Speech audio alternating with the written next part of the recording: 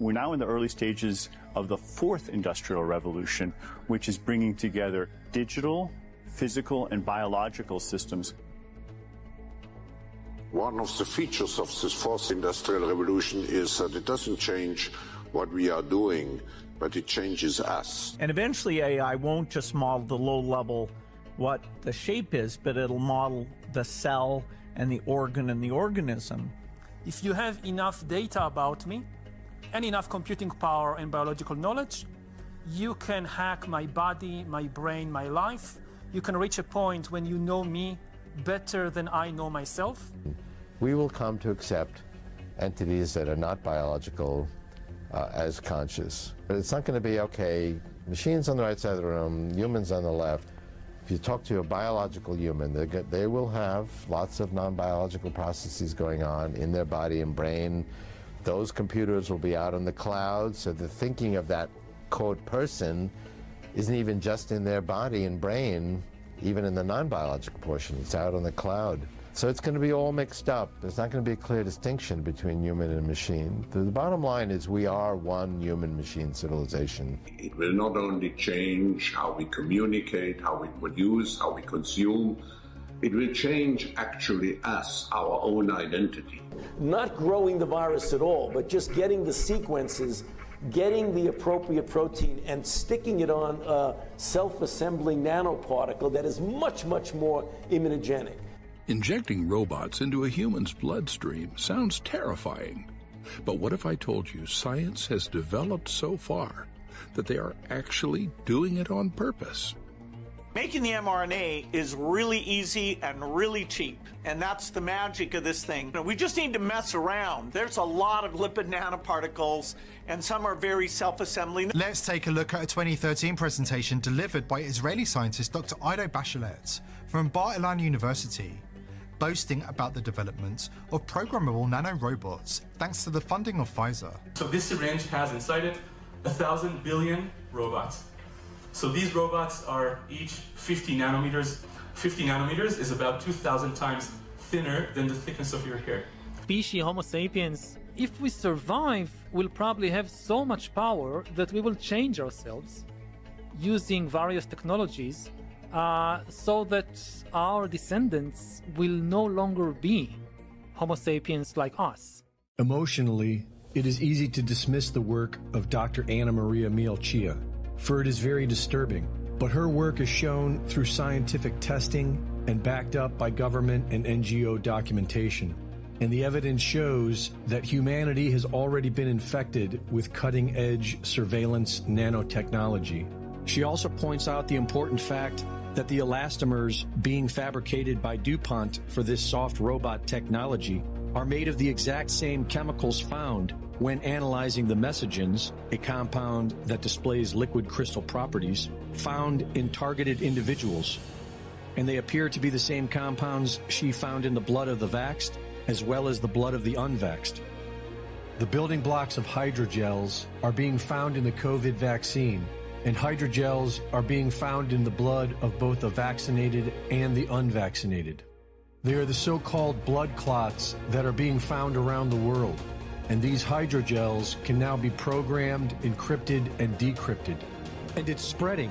Evidence shows that the vaxxed are shedding this to the unvaxxed. A review by the RAND Corporation, Brain-Computer Interfaces, U.S. Military Applications and Implications, discuss the convergence of human with machine. In an interview with Big Pharma whistleblower Karen Kingston discusses this self-assembly nanotechnology and how the spike protein is an engineered device, triggered by electromagnetic frequency, and how the quantum dots are gene editing technology. This nanotechnology appears to be distributed via chemtrails, the food and water supply, medications, and in all of the scheduled vaccines for children. These transhumanists who have literally a satanic hate for humanity, the creation of God, want to digitize every cell on earth every microbe and track it, as well as, again, upload it into what's called the metaverse.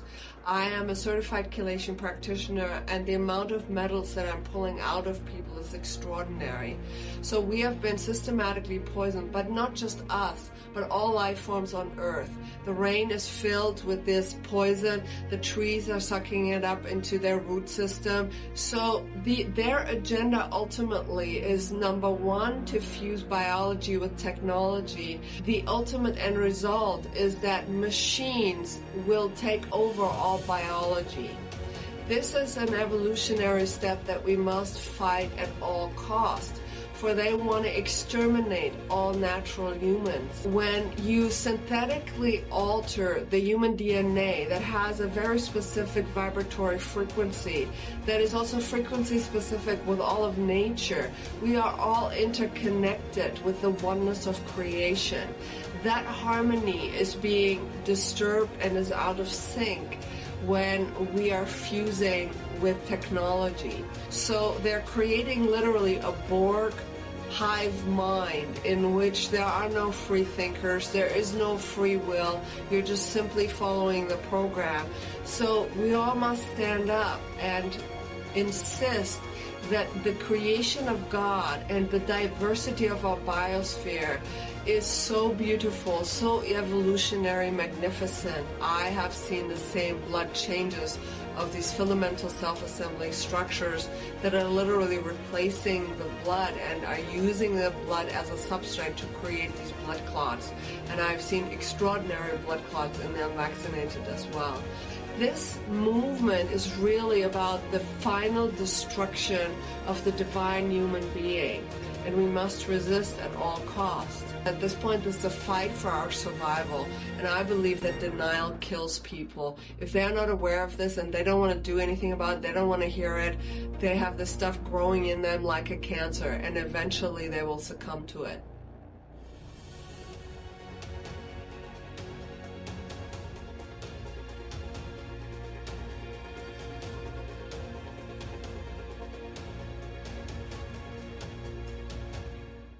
Hello there, this is Dr. Anna Mihalcea, and welcome to Truth, Science, and Spirit. Today I have a fantastic guest, and I am so excited because, as you know, I've been endeavoring to shed light on so many different aspects of this war and the spiritual aspect of it. And today I am speaking with Leo Zagami, and you know that I study a lot. So when I find somebody interesting, I read their book. And so he wrote about 12 of them, I believe. So you can see many of them, and I am so excited to have you on my show. Thank you so much for agreeing to speak with me, Leo.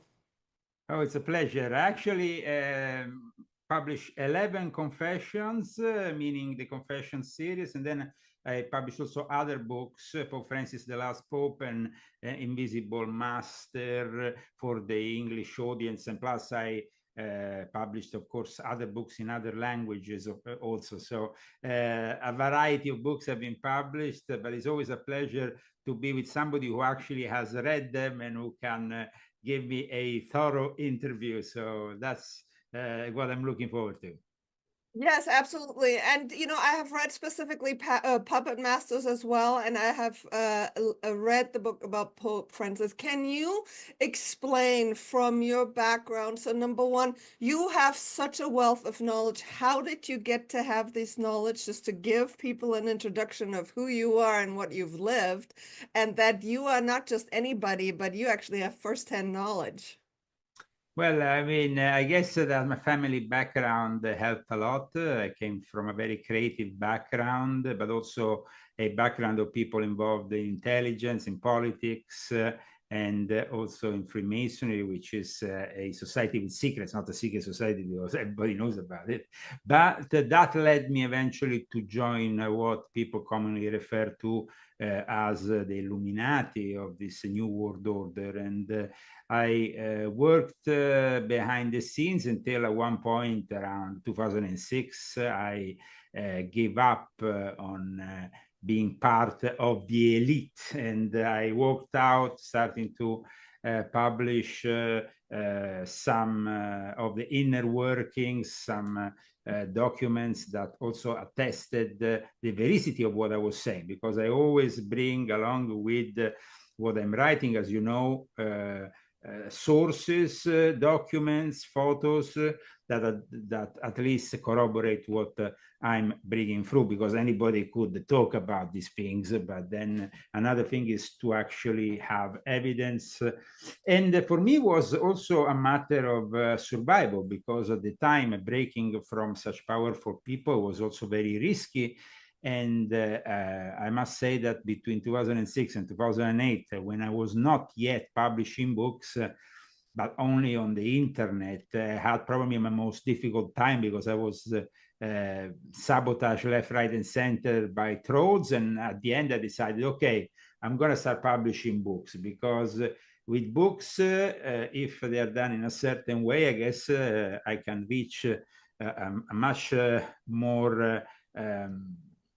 more important audience for my work also, because I think that on the internet you only have the attention span of a page, and that is not really enough to describe the inner workings of people that have been doing this for thousands of years. And it's like also proving that these things exist, because there is always the academic world that is out there to get you, because of course once you start revealing the true story rather than the history written by the winners and the people who are in control, like the Jesuits, for example, they direct many universities, many schools, and so they have a lot of influence. Once you go and criticize them, there is not many people who will stand by you in the academic world. The same thing also in regards to Freemasons, because Freemasons have always been very influential, and there is, though, a bad side to everything, including an institution like Freemasonry, who has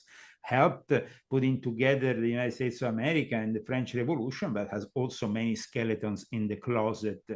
So this is my background, which is also my perception. You see, I always tell people that my own perception might differ from yours. I mean, I was offered, for example, at a very young age, also the possibility to become very rich if I didn't have the ethics and morals and ideas that I have. I might have just silenced myself and got along with it. And instead, I decided to expose them initially with a website that lasted 2 or 3 years. Like I said, it was very difficult, though. And then I started to publish my books in Japan, out of all places, where I published in all 6 books, and they were very successful. Then I started publishing in Italy. But before I started publishing in Italy, the Vatican came to me and offered me a lot of money if I desist from publishing my book. So that gave me a signal that I was onto something. And of course, I didn't, let's say, just stand down and accept what they were offering me, because otherwise I will not be talking with you now. Because their intention was just to keep certain things for a Japanese audience that, by the way, nobody reads Japanese, so it was limited for them, you know, the amount of damage I could be doing to this new world order, which is a pyramid of very powerful people. On top, we have, like I said, the Jesuits, but then we have also the Sabbathi and Frankists, which are part of the Jewish heresy. And that is also a very difficult topic, because people tend to focus on the Zionist element rather than on this heretical element that has overtaken the Jewish faith, unfortunately, especially in the last 150 years. And so, and then, of course, has helped and aided with the buildup of Israel. But Zionism was a nationalist institution for a very small time. Because it was immediately overtaken by labor Zionism, as they call it, the labor Zionists, which are a product of that progressive socialist communism, which I also am very critical of. Now, I'm critic because communism and socialism come from from the Illuminati, from Adam Weishaupt's Illuminati, as well as from the Jesuits. So for me, criticizing an ideology is also because of the background of that ideology. I'm not saying that then on the other side there is much better, because if we go and see the origins of fascism, Benito Mussolini was the director of Avanti, which was a socialist newspaper, just as Adolf Hitler was a national socialism up until then. From this side of the Atlantic, they forced him to take sides so he could oppose the Soviet Union, and that gave birth to the National Socialists as we know them, as Nazis as we perceive them today. But thank you for having me on, so we can clear up now a lot of things that you might want to ask me. So I was targeted in 2021. There was an attempt on my life, and I had a near-death experience, left my body, and saw a red dragon, ginormous. And I understood that this entity was manipulating the technology in the blood and this world. And so I survived that attempt on my life. And then I looked at my blood and with the microscope and found self-assembling nanotechnology, which is what I have been discovering and have written 2 books about. And what I have been warning people about is that the self-assembling nanotechnology is an antenna into this demonic realm, and that it is part of the enslavement of humanity. I want to ask you about that, and I want to ask you about the military connections through Michael Aquino to the Satanists. How are the Satanists related to this global takeover and to the technocrats? Like I said, we are definitely going to discuss a lot, and your question regarding nanotechnology, I think it's also very interesting, because we are going from the Internet of Things to the Internet of Bodies, and that is what expects us in the 6G development after the 5G revolution. In regards to this kind of things, I wrote a book.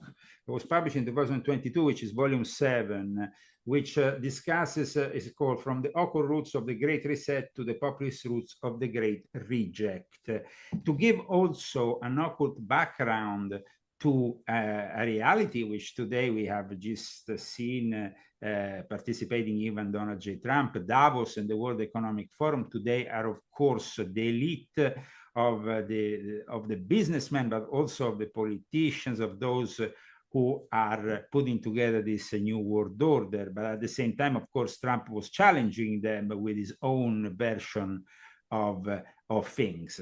Now, in regards to what you have discovered in your own experience, and I don't know how you got there, because of course you must have probably injected something in your body, which probably you shouldn't, or maybe you didn't, or maybe I did not. I did not. Or maybe in some way it found its way inside your system. But one thing that I tried to explain from the very beginning of my exposure work was that sooner or later we will be all controlled in a way that even George Orwell with his 1984 couldn't even imagine it, because we're going even further than any controlled reality that 1984 is presenting. And so it's about not only to control us as human beings, but to transform us into this transhumanism future that is very scary, and that, of course, puts into question, for example, also the figure of Elon Musk that recently we have seen very much tied to Trump. However, like Trump started just the other day a project called Project Stargate, which kind of echoes also the project of remote viewing back in the days. It's about, of course, having control and crafting the AI, but ultimately having control over this technology, which otherwise will fall into the control of China, the dragon. China is the red dragon of the apocalypse, or at least an emanation of it. Their tradition goes back thousands of years in their knowledge of alchemy. Even the art of war of Sun Tzu positions them as really being, and I wrote this recently in volume 11 of my Confessions, which is dedicated to mind control, the past, present, and future of it. Sun Tzu really is a very important element in all this, because psychological operations within a let's say a combat zone or a warfare is something that you learn from Sun Tzu, the use not only of conventional weapons but also of your own mind. And ultimately they want to enter our bodies, enter our minds, and they will try anything, from the use of certain frequencies, the use of let's say subliminal messaging, like we have witnessed more and more from the 1950s onwards in films, in ads, and so on. But now we are, let's say, one step further, the moment in which they want to integrate us with what I have described as cyber Satan. You picked up earlier a copy of my volume 6.66 as well as volume 9, which together with volume 7 form my trilogy dedicated to cyber Satan. Cyber Satan is for me the, let's say, dark twist of the artificial intelligence that ultimately, thanks also to quantum computing, will become the quantum prince of darkness that will unleash the power of the Antichrist. So I, of course, might get the criticism of those people who are not religious, who are overly pragmatic, and who don't want to in any way have anything to do with a perceived religious element in all of what we are discussing. They prefer to stay, you know, they're very, between brackets, solid ground, which is not that solid, because then as soon as something unconventional happens, they tend to, you know, they don't understand anymore how to give an explanation for it. You know, Leo, my readers are very well aware of the work of Dr. Robert Duncan, who was a CIA and DARPA whistleblower, who clearly said that the CIA had a quantum supercomputer that was actually also worshipped by the elite, that was the demiurge, and they had artificial intelligence programs called Satan, which were used for remote assassination programs, for example, and for global mind control. So you have an insider who's absolutely confirming what you're saying, and he is now dead, and I believe was removed because he was whistleblowing on the cybernetic hive mind. So there's certainly insider knowledge that absolutely agrees with the evil transformation through artificial intelligence of humanity. And even, for example, MK Ultra whistleblower Kathy O'Brien discusses that that the elites are actually worshiping artificial intelligence as the demiurge. I would like to say something in regards to artificial intelligence and reverse engineering, because from volume 7, I also start discussing the fact that artificial intelligence was developed in the 1950s as a product of reverse engineering from certain objects. Now, today, there is a lot of talk about this egg that was filmed by this latest whistleblower, and the fact that it was almost like it was talking, and so it was something almost a living creature. But we have to understand that in the future, the barrier between biological creatures and what we perceive as electronic or it's not going to be so distinct. It's going to be unified. So in the drones of the future, the fact that a drone that we might see for in 10 or 15 or 20 years might even talk to you and have because artificial intelligence is becoming more and more sentient, and of course that will imply also that the robotics that are driven from that AI are also more sentient. However, going back to what I was just saying, it's important that we understand that in volume 7 and 9 of my Confessions, I unplugged the fact that reverse engineering was given to mankind by those fallen angels, by those extra-dimensional creatures, so they could eventually create around us this digital prison which it's now manifesting, and soon we are no longer going to be able to rebel. And that is the moment in which cyber Satan will kind of close into a reality, to a manifest and aid the rise of the Antichrist. So it's, of course, very controversial what is going on today in the world of politics. But one thing that we have understood, especially in the last 4 years, is that when, for example, the wrong people have their hands on social media, they will censor you. When the wrong people have their hands on the AI, they will deliver fake news. In Italy, if you ask a question about Leo Zagami to ChatGPT, it will give you a different answer than what you will get in America. And the answer that they will give you in Italy, which is a country I had to flee in 2019 for political persecution, and because I was no longer allowed to publish and write what I was writing, both in books and in articles, because people say, but how is that possible? Well, in Italy or in Europe, in most countries in Europe, defamation is a criminal law. And so it's a criminal act. And so you will end up in prison as a journalist if you write the wrong things. And that is something that shocks Americans, because Americans have a beautiful constitution, which is absolutely unique and gives the possibility not only to have the First Amendment, and so the possibility to write freely my books, not being worried of having the police breaking down my door like it happened in Italy, or you have then the Second Amendment, which also give you the right to bear arms and defend yourself from eventually enemies that might be also domestic, not only foreign. And this is, of course, very difficult to understand for a lot of Europeans. I lived most of my life in Europe, and so I saw with my own eyes, people that live in Europe, they might live in Southern Europe or Central Europe or Northern Europe, not really understanding the rest of Europe. They live in a specific area. I was lucky enough to live all over Europe during my life because of my professional work.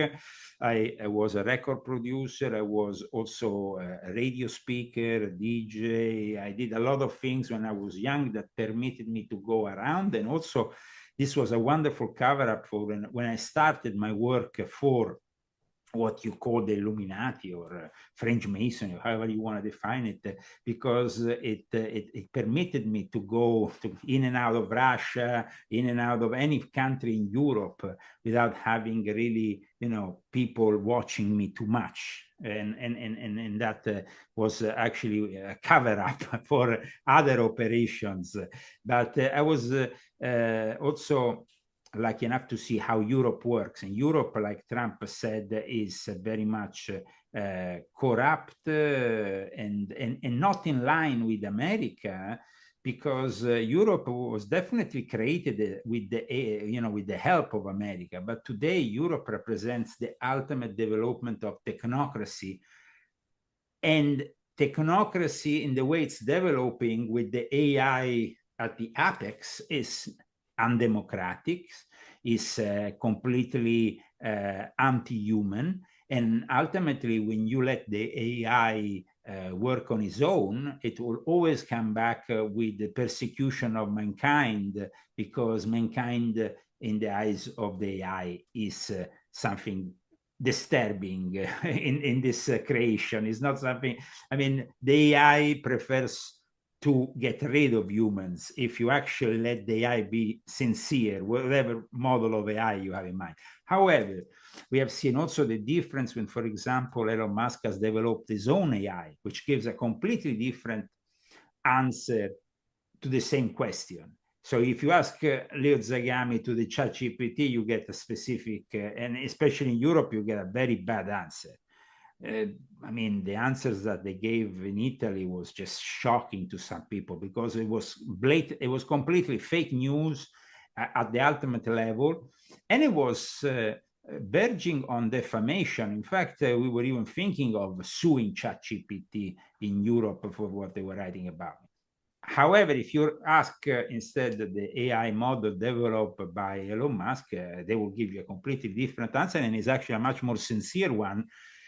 And so this demonstrates the importance of the development of AI and being able to control this development so it doesn't go into the wrong direction. Now, we know that with China, the direction will be totalitarian, it will be completely anti-human, it will be transhumanist, it will be everything that Chinese stand for, which is an ideology which doesn't really put on the pedestal mankind. It's one of the most evil products of Satanism, communism.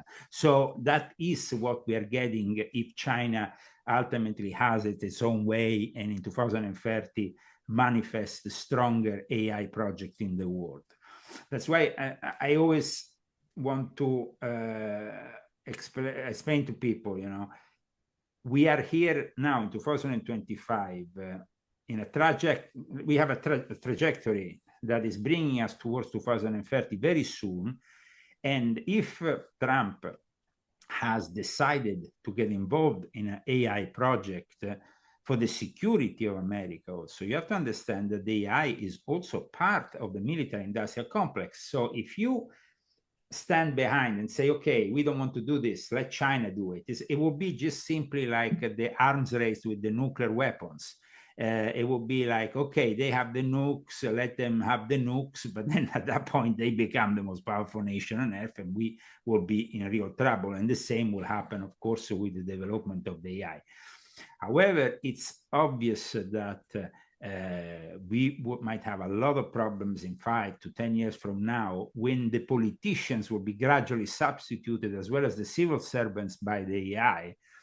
And that will leave less and less people in charge of the real decisions because they will be the only ones that actually have a say on the future of cyber Satan. And So I'm sorry, the issue also is that technocracy has a post-human version where, you know, they want to initially in transhumanism merge humanity with synthetic biology and this technology, which is what we're seeing now. But then ultimately exactly what you're saying, phase out humanity. They want to upload their consciousness into the cloud for, you know, immortality and live in the metaverse. So there is this aspect of destruction of humanity that is already part of the trajectory of technocracy, is it not? You see, when we assert that China is merging the 4 major technology fields, and I wrote about this in my latest book, in volume 11, for military purposes, which include nano technology, of course, bio technology, information and cognition, and that means a all-encompassing set of fields in technology that ultimately work for what they call cognitive warfare, which is the ultimate kind of mind control these days. You see, you asked me earlier about Michael Aquino. I knew Michael Aquino personally, and I write about him in volume 11 of my confessions about my relationship with him, which was a relationship born on the fact that at the time, I'm talking about 20 years ago, over 20 years ago, we were both involved in all these secret societies of the Illuminati network. And of course, he was very much into theosophy, something that a lot of people don't know, but Michael Aquino was obsessed with theosophy. And so I was a member of the Theosophical Society myself at the time in London. And we started to write each other emails, some phone calls and stuff through a common friend who himself, by the way, was a Satanist. You have to remember, up until 2006, I was in the dark side, or at least I was in the gray side, because I didn't really take sides until I saw certain things between 2003 and 2006 that eventually led me to come out of those circles, of that milieu, if you want to call it in that way. And so Michael Aquino was, for me, somebody to discuss esoteric matters, but at the same time, I knew that he had this knowledge about this new set of mind control modalities, which he had encoded in Mind War. It wasn't any longer MK Ultra he was interested in. MK Ultra was actually something that saw more the involvement of Anton LaVey than Michael Aquino, by the way. Michael Aquino and Anton LaVey, like I explained in volume 11, met in San Francisco in 1968 during the Rosemary's Baby's first screening in San Francisco. That was just to give you an element of the background. And they met when Michael Aquino was operating after and during, of course, the Vietnam War with the 7th Battalion of Psychological Warfare, which is an important battalion. Of course, the most known one is the 4th Battalion, which is in Fort Bragg, but now Fort Liberty. But after they met, you know, of course, Michael Aquino started to ask questions to Anton LaVey and stuff.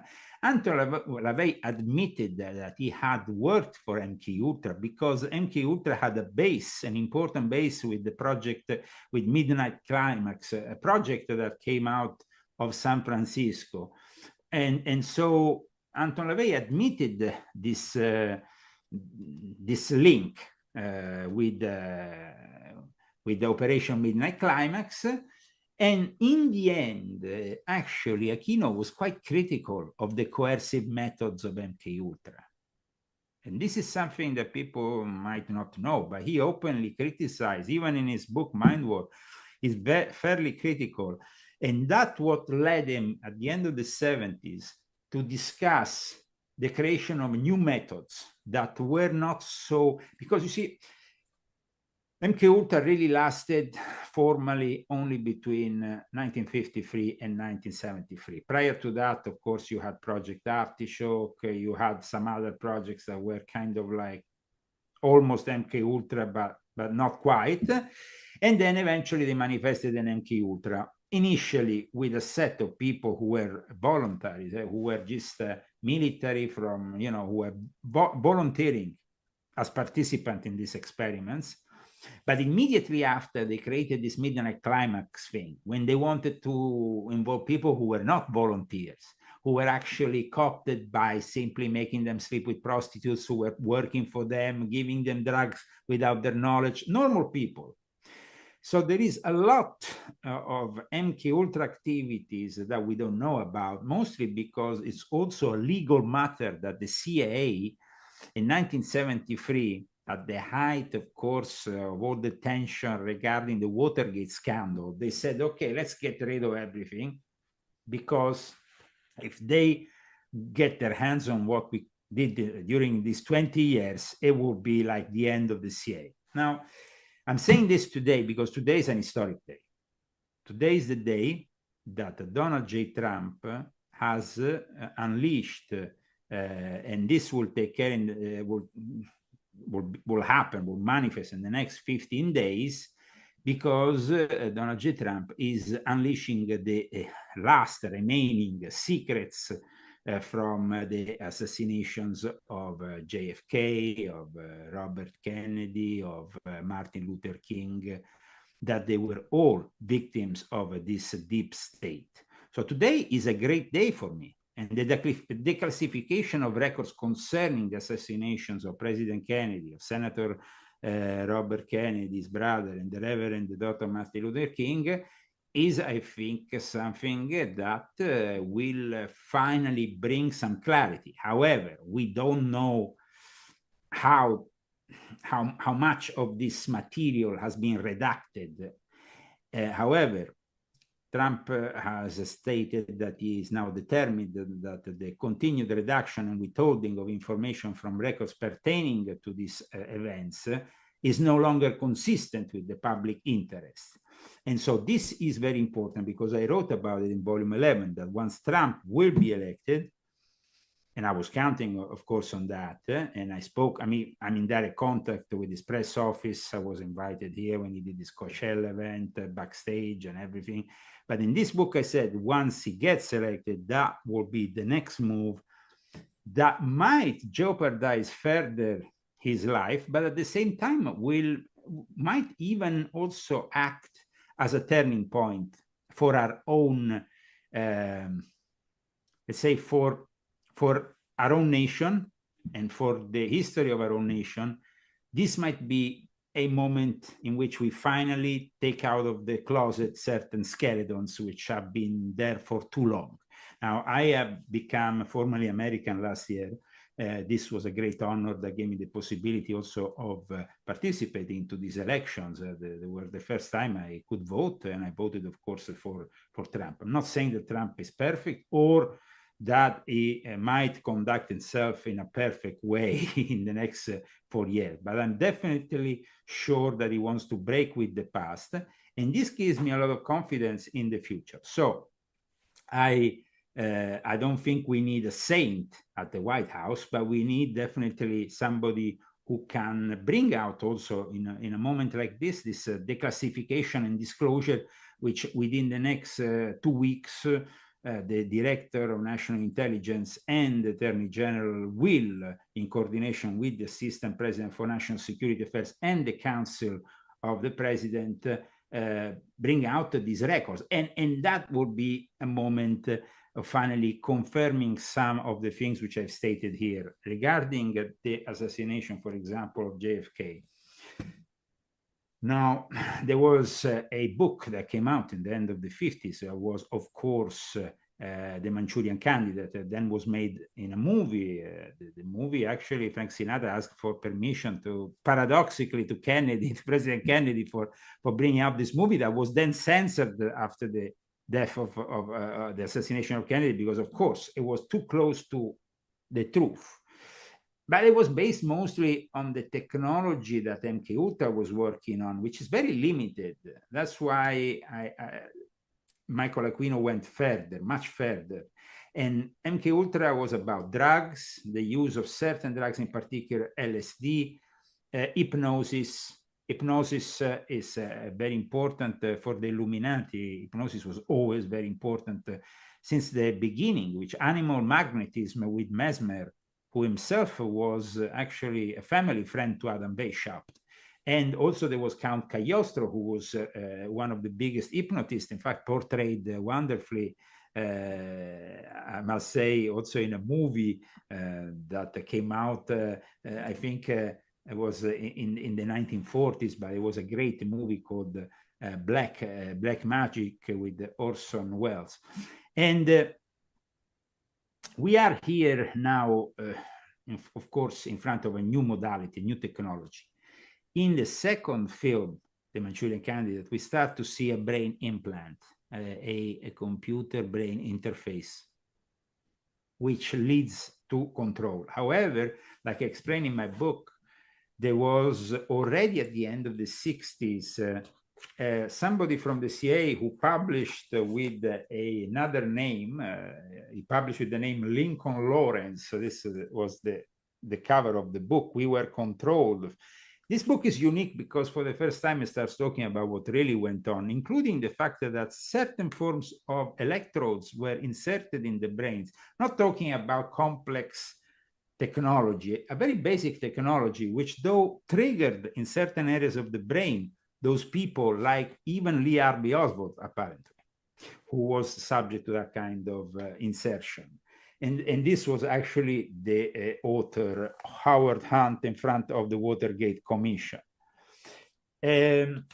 So when we saw last summer Thomas Crooks attempting the life of Donald J. Trump, unfortunately killing Cor Imperatore, that was not any kind of day. That was the day in which the Bohemian Grove, the Bohemian Club was meeting at the Bohemian Grove in the same time, in the same hours. Nancy Pelosi's husband was conducting basically all his friends and pals at the Bohemian Grove, watching from a screen if Trump would be eliminated, you know, and that didn't happen by the grace of God, thanks God. And that, of course, is something that very few people know, but I can show you in my book.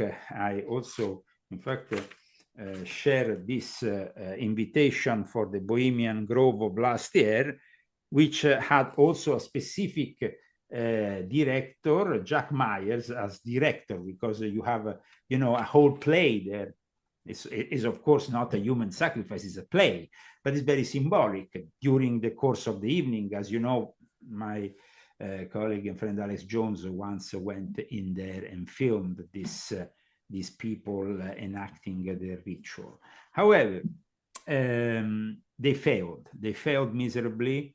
They attempted again with another guy later on, as you know, on the golf course, a guy who was himself a recruiter for NATO in Ukraine and was himself the victim of cognitive warfare.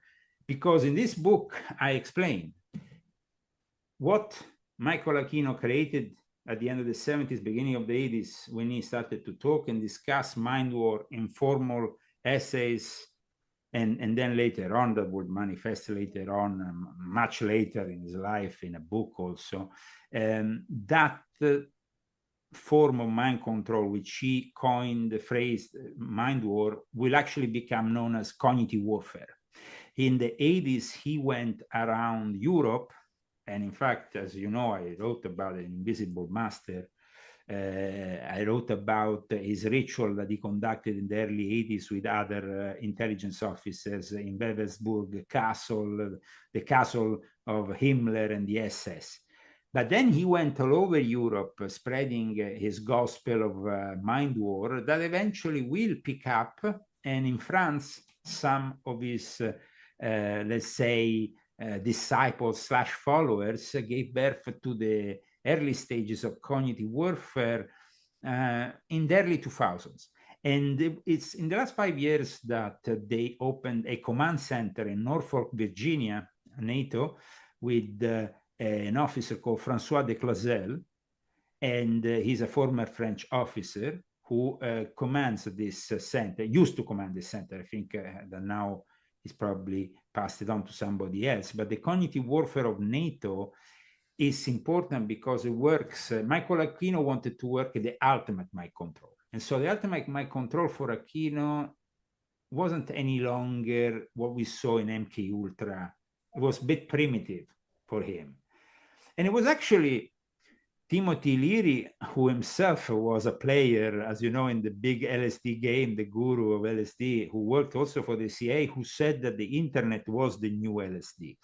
So cognitive warfare is data centers, social networks, together with psychological operations, all merged in one, so you can target the individual once he gets even browsing on his own Google or browsing on Facebook or anywhere.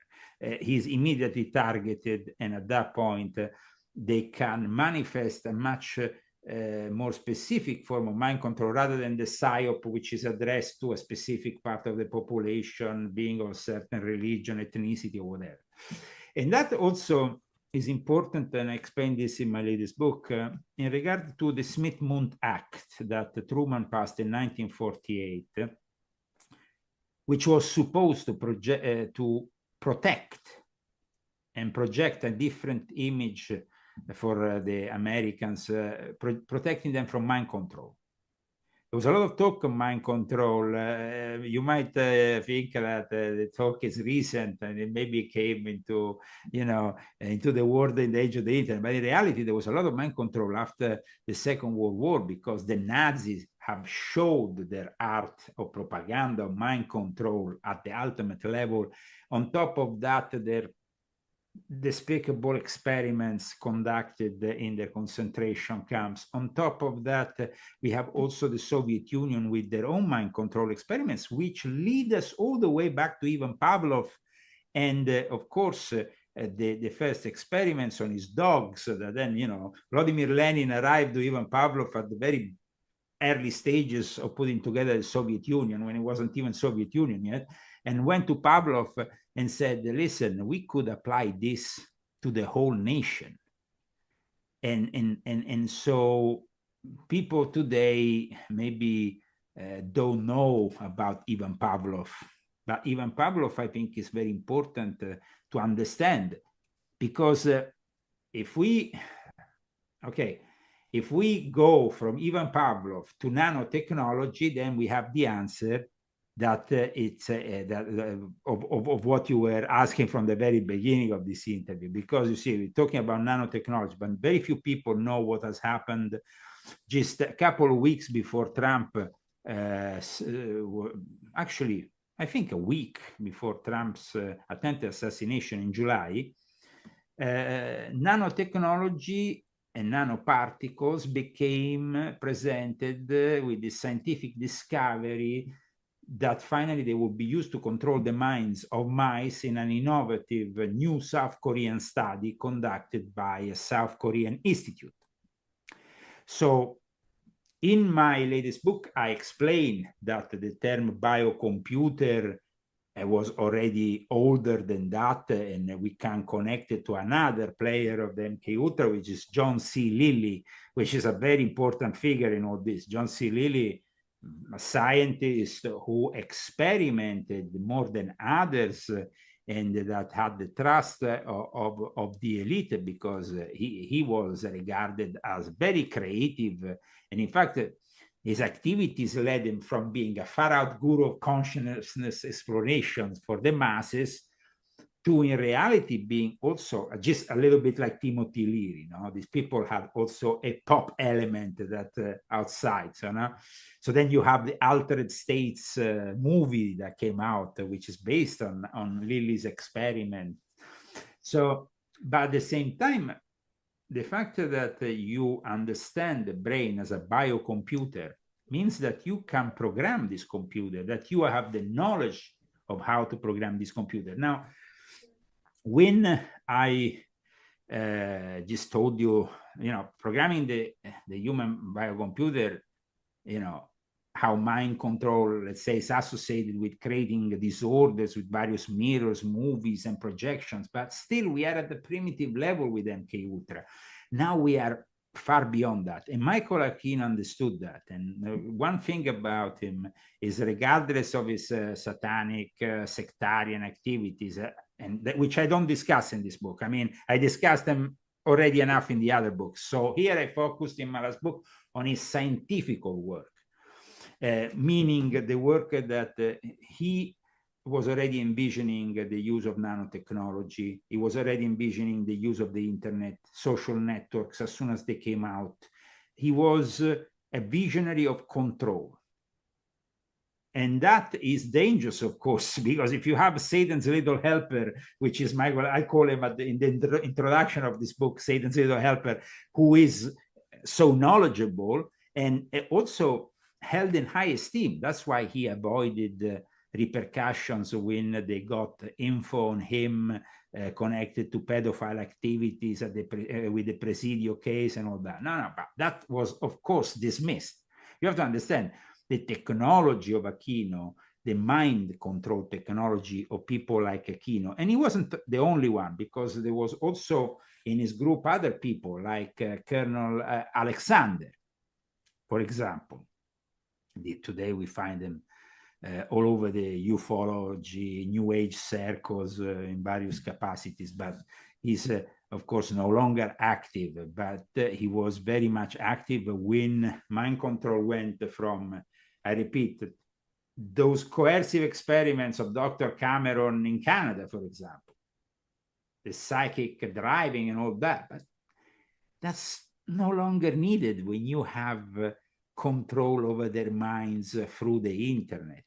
I have a question. So Igor Smirnov was hired by the FBI in 1973. So he did psychotronics research in Russia, and he was discussing how on any frequency you can piggyback information, and any country can create its own Satan, including, let's say Iran or whatnot. And you talk a lot about exorcism, because I've seen that the people who have very contaminated blood, they exhibit sometimes 66. I want to be specific. Exorcism is a subject of great importance, but I relegated the subject to a specific book which you have, because I think that at one point, especially in the last few years, we have seen often this demonic element jumping from technology, from kids playing video games or simply being on the internet, into their mindset, and then eventually into their body. So that, sorry to interrupt you, but that was basically what I wanted to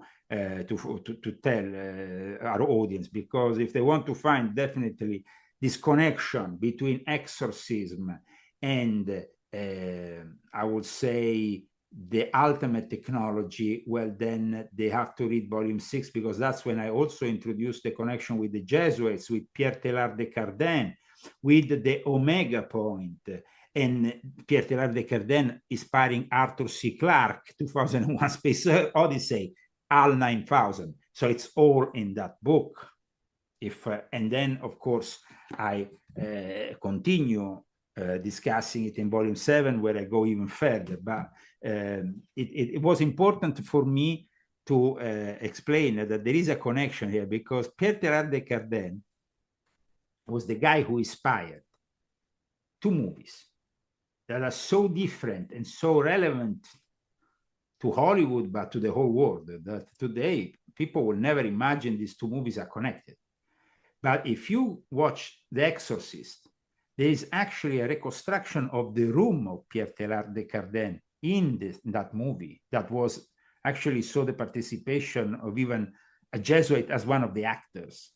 And the very detailed reconstruction of Pierre Teilhard de Chardin's room. At the same time, nobody will connect Pierre Teilhard de Chardin with 2001 Space Odyssey, because they will say, but Pierre Teilhard de Chardin was the guy who inspired the exorcist figure, the guy who goes and do the exorcism, because he was a man of many facets, of many, let's say, it was somebody you could discuss the future of mankind as well as the past, and connected in what he defined as the Omega Point, the moment in which the AI will literally become God at that point. It's the ultimate merger. It's the Alpha and the Omega. And the Omega Point is a very scary point in all this. It's the singularity that Kurzweil from Google discussed not so long ago also. And Kurzweil, of course, basing his work. Pierre Teilhard de Chardin is a Jesuit, which up until a few decades ago was regarded with suspicion from the Vatican people. But then nowadays the Vatican has been taken over by the legacy of the Second Vatican Council. Has been taken over by the Jesuit Pope. So himself is a fan of Pierre Teilhard de Chardin. Now, it's kind of a paradox that right as we speak, in a few hours ago today, and of course people might see this show, I don't know exactly when, but let's say in the end of January, the Pope says we have to be careful of the AI. But the Pope is the same guy who cherishes the advances, also theological advances of Pierre Teilhard de Chardin. So it's a bit contradictory there in terms, and then also the Jesuits have established themselves a special team, a technological team, which is in contact with all the various Silicon Valley bosses. So the Pope is officially giving us the lecture. Oh, it's very dangerous. Yes, it's very dangerous. Why? Because you want to control it. Because that is going back to what I said earlier. The race for the ultimate AI, the sentient AI that will transform mankind, is there. If you don't participate, you're left behind. But at the same time, we know very well that this will lead to something that will inevitably anti-human. The moment in which we start merging with the machine, we are no longer made in the image of God. We are made in the image of also something else. And that something else, if it comes from a technology which is demonic in nature, it is rejecting our perfection. Of course, people would say, oh, no, but my perfection would be to have an internet connection in my brain 24 hours a day, or other things that will lead me to be a superhuman that can colonize space. Well, I'm happy for you, but but it's not ultimately the future I envision for mankind. So in my books, I kind of tend to give, of course, also a solution.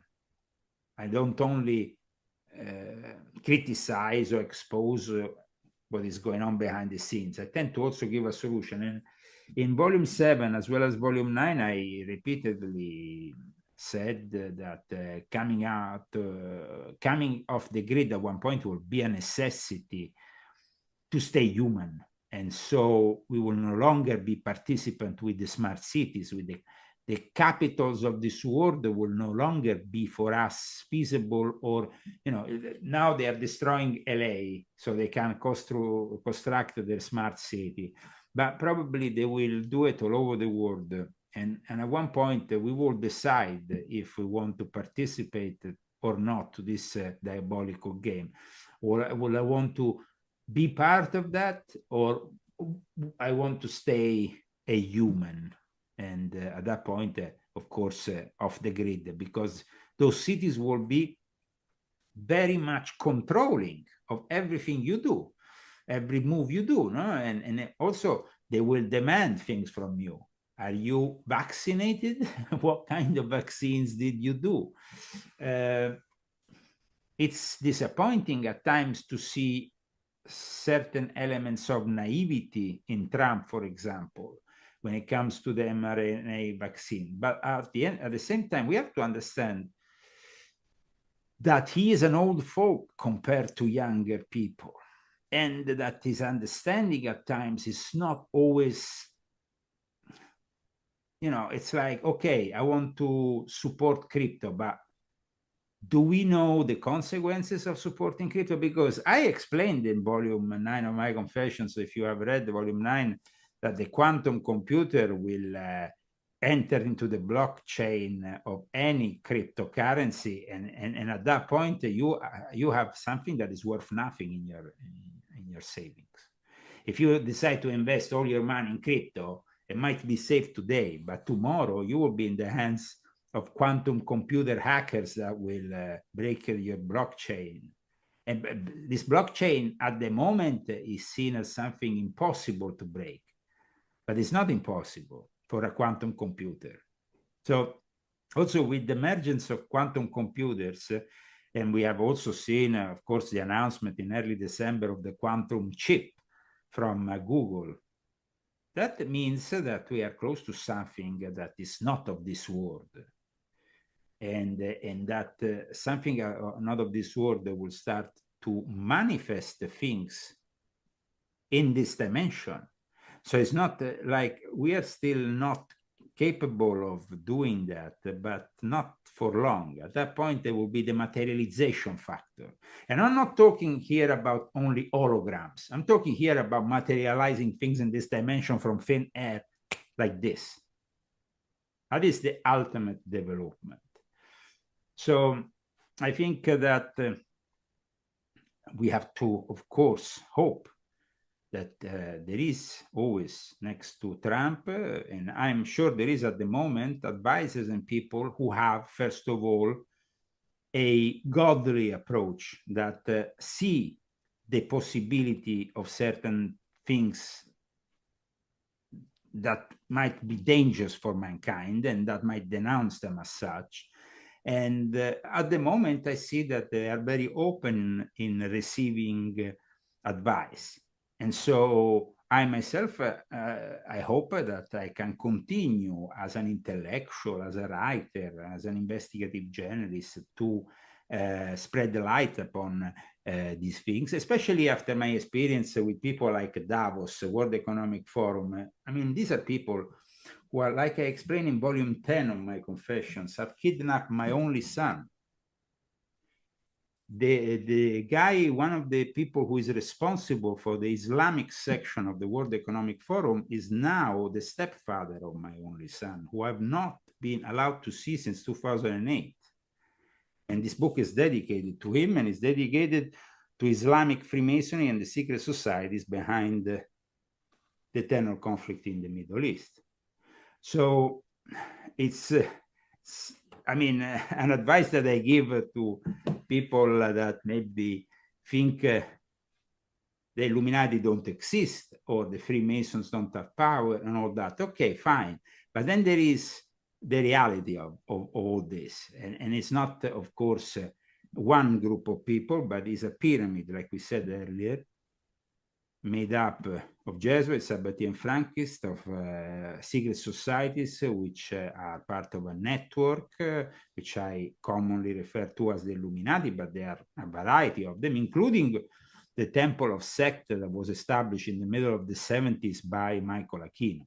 Michael Aquino had, and this is something I explain in volume 8 of my Confessions, a very particular and singular experience with Anton LaVey one night as they went to try to evoke the spirit of Marilyn Monroe.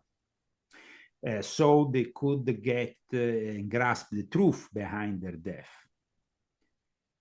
And this eventually happened.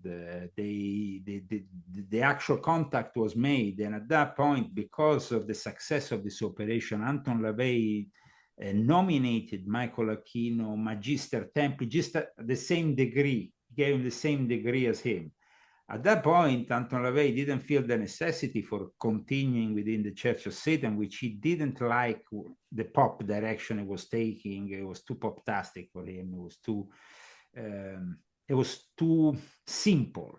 He wanted to go back to the more Egyptian, complex, Croelian almost like form of Satanism. Because we don't have to forget that Anton LaVey was a pop-tastic product of his time. In 1966 in San Francisco, at the height of the MK Ultra experiment, when everybody was out of their minds with LSD and all kinds of things, and they were evoking entities of all kinds, and there was actually a strong group of Croelians that eventually will manifest in 1977 with the first Grand Lodge of the OTO in Berkeley.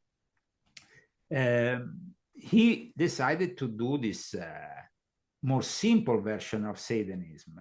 Because if you think about Anton LaVey's Satanism, it's rather simple, rather basic, and that's why the Satanic Bible became a bestseller of immense proportions.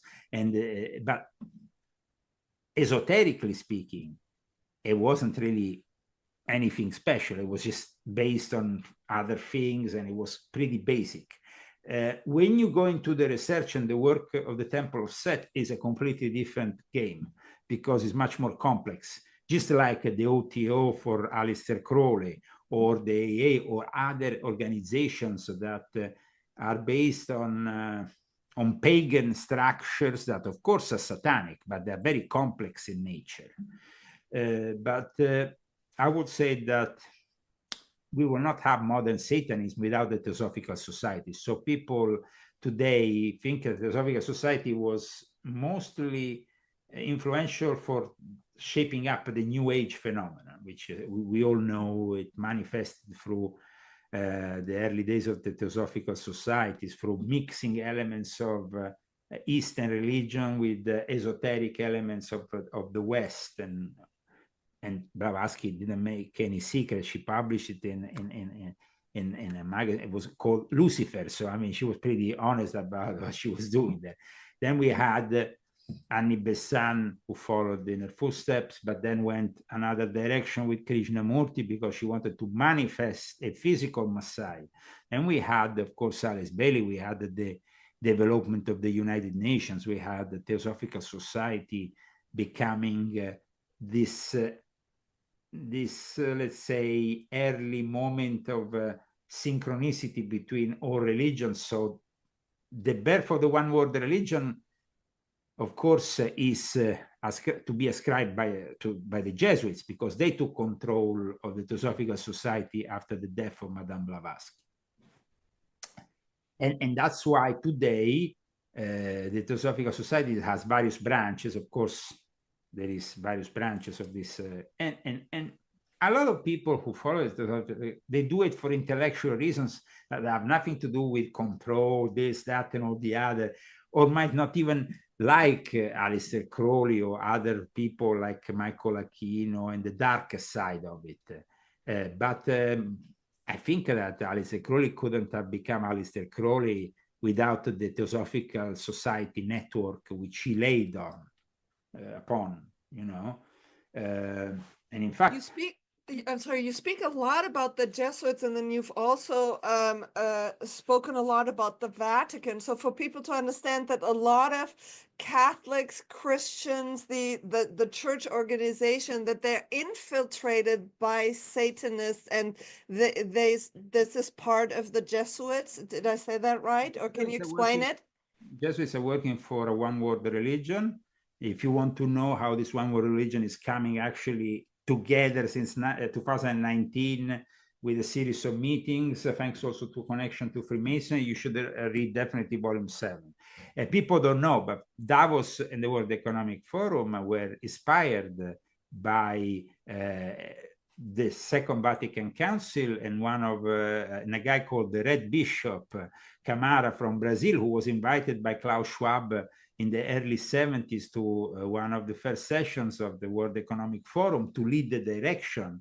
And they did a pact, this bishop, in December 1965, right before the year zero of Satanism, 1966, under the catacombs in Rome, and it's called the Pact of the Catacombs, which I talk in this book about.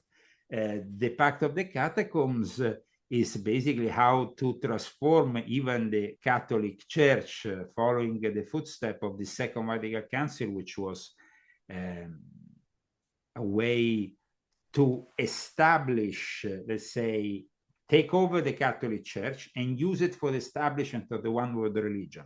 To do that, they had to get rid of the old Catholic Church, which was very much strict in certain views and will never have bowed down to meeting together and celebrating, I don't know, a mass with an Islamic leader on one side, an Hindu on the other. This is something we see nowadays with Pope Francis. Pope Francis is an emanation. In fact, this Red Bishop I talk about in Volume 7 is one of the mentors of Pope Francis. And he was also a mentor to Klaus Schwab, though. And Klaus Schwab himself is connected also to a background, a Nazi background of his father, of his family, and then, of course, links to the Freemasons and the Illuminati in Germany, in Austria, and in Switzerland. These are the three places where the Illuminati had, of course, naturally their stronghold. But if you are not really somebody who knows Europe very well and these secret societies, and I had the opportunity after I was initiated in 1993 by Prince Aliata di Montereale to go through Europe and meet and be initiated in a lot of these groups. So I actually had a direct experience which pushed me to write these books eventually. Wow. Wow. Oh my God. So I just want to say thank you so much for all of your knowledge. You know, when I wrote to you, I said, I believe that anybody on this planet has to read your books, because this is the missing link information for, you know, doctor or scientist, or, you know, what is all of the connection to the one world order, and ultimately understanding this is a spiritual war. So I am so grateful for the time. To give me the opportunity, also talking to a lot of academics who might have a very pragmatic view, but then those same academics have to understand that maybe in their circles there is Freemasons that once they enter the lodges, they exit that logic of pragmatic logic they have when they are in front of their students or in academic setup or in a laboratory. When they enter these lodges, they start becoming speculative. That's why it's called speculative Freemasonry. And they start working in the realms of analogic, not any longer logic, and analogia. And so I think that is great that you gave me this opportunity, so we can maybe get people who have a perception which is limited by their own discipline, their own knowledge acquired through these academic, universities are hacked by the enemy, they're controlled by the enemy, they are of the enemy, so they will never give you the whole truth about a reality like the one we have been discussing today. And that's why then you have a lot of people that say, oh, we're just, debunking becomes for them very important, and people like me are simply dismissed. But on the contrary of other, let's call them conspiracy theories that appeared before me, I wanted in my research to give the people who read these books also a follow-up. And that's why at the end of each book, there is like thousands of footnotes and citations of sources they can then research for themselves and then understand, okay, this guy is not talking, just out of thin air. He's basing his research on experience, like we discussed today, and also on credible sources that are academic. In most times, when I don't cite things that come from within the secret societies, I cite academic sources, because at that point, you will not be able to criticize me when you have it in front of your face from a credible academic source. I mean, citing Nature, like I'm talking the magazine Nature, so is something that, but this way, you are saying, okay, Nature said it. For example, I'm just giving an example. There's many other, of course, academic papers that I also use in my research and work just to corroborate.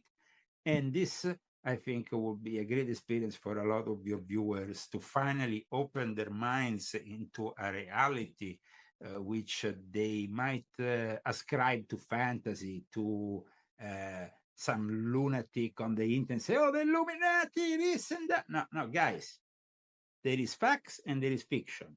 My work is based on facts. Thank you so much for having me on.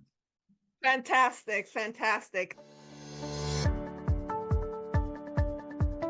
Hello, my name is Dr. Anna Maria Mihalcea. I am an internal medicine physician with a PhD in pathology and 20 years of clinical experience. I've written a book that's called Light Medicine, A New Paradigm, The Science of Light, Spirit, and Longevity. I have explained to the world a new model of medicine in which we understand that we are biophotonic beings of light, and that if we address this model in our approach to health, that we can significantly help people. I am also the founder of the company True Blue Medical that creates beautiful blue light wellness wraps that are utilizing this principle. What's been shown is that blue light in itself has significant healing properties. For example, it increases the production of nitric oxide in the skin, which will increase the blood flow to certain areas. It's been studied that nitric oxide can stimulate the endorphin receptors, so this can also help with pain relief in a very natural form. And you have to understand that blue light has been used in optogenetics to control all aspects of the cell cycle.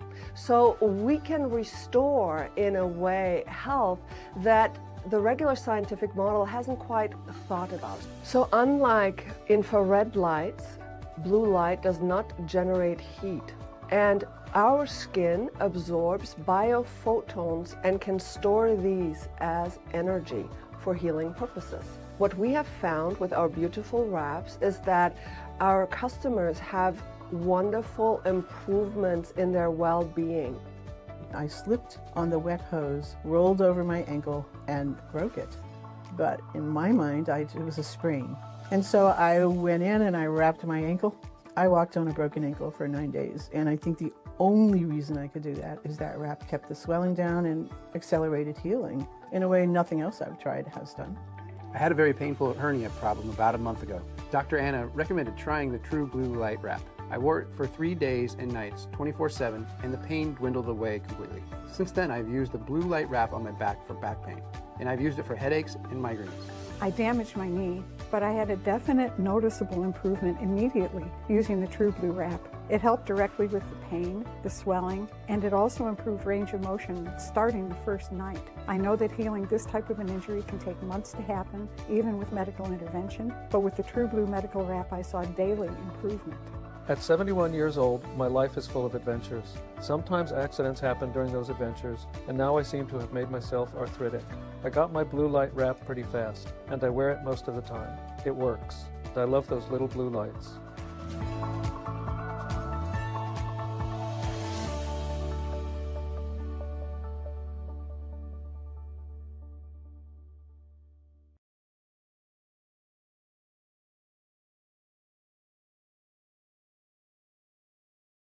Thank you for watching this episode of Truth, Science, and Spirit with Dr. Anna Mihalcea. If you would like to learn more about my research, you can find it on my Substack, and that is Anna Mihalcea, MD, PhD, .substack.com. If you would like to find out more about my book that has won 3 different awards in the category of alternative medicine, called Light Medicine, A New Paradigm, The Science of Light, Spirit, and Longevity. You can find that at arthemasophiapublishing.com. If you're interested in the True Blue Medical Blue Light Wellness Wraps, of which I am the founder, you can find this at truebluemedical.com. Also, if you are interested in becoming a patient or in the Goliath laser, you can contact AM Medical LLC, my clinic, and the website is ammedicalmd.com. Thank you so much.